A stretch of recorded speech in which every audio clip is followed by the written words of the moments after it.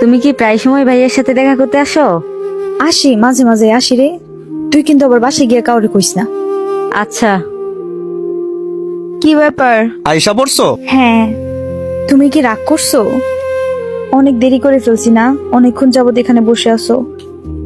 অনেকক্ষণ বলতে প্রায় 2 ঘন্টা হয়েছে আসছি। আর রাগ করবো কেন? তুমি মেয়ে মানুষ, রাস্তাঘাটে বাড়িতে তোমার প্রবলেম থাকতেই পারে, এখানে তো রাগ করার কিছু নাই। তুমি একটুও রাগ করোনি? সত্যি রাগ করিনি, বসো। বসো। আমার ছোট বোন। ভালো আছো আপু? এই তো আলহামদুলিল্লাহ, আপনি? হ্যাঁ ভালো আছি। ভাইয়াকে কিন্তু পাঞ্জাবিতে অনেক সুন্দর লাগতাছে।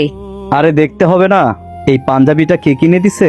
তোমার আপু কিনে দিছে, আমাকে গিফট করছে। ও, হ্যালো,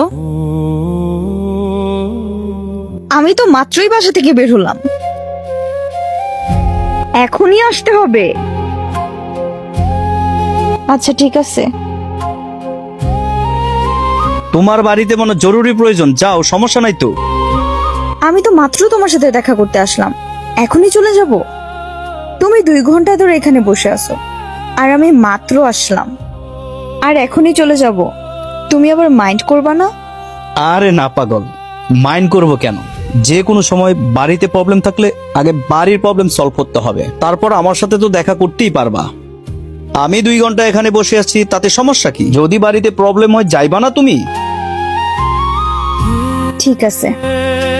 আচ্ছা ঠিক আছে, যাও।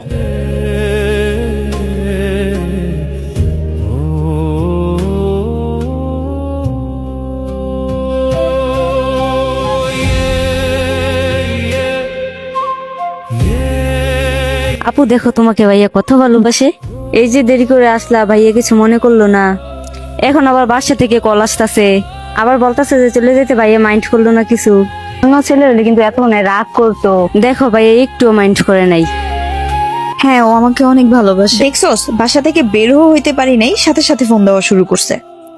ভাইয়াকে কোনোদিনও ছাড়ো না, ভাইয়াকে পেলে জীবন সুন্দর হবে।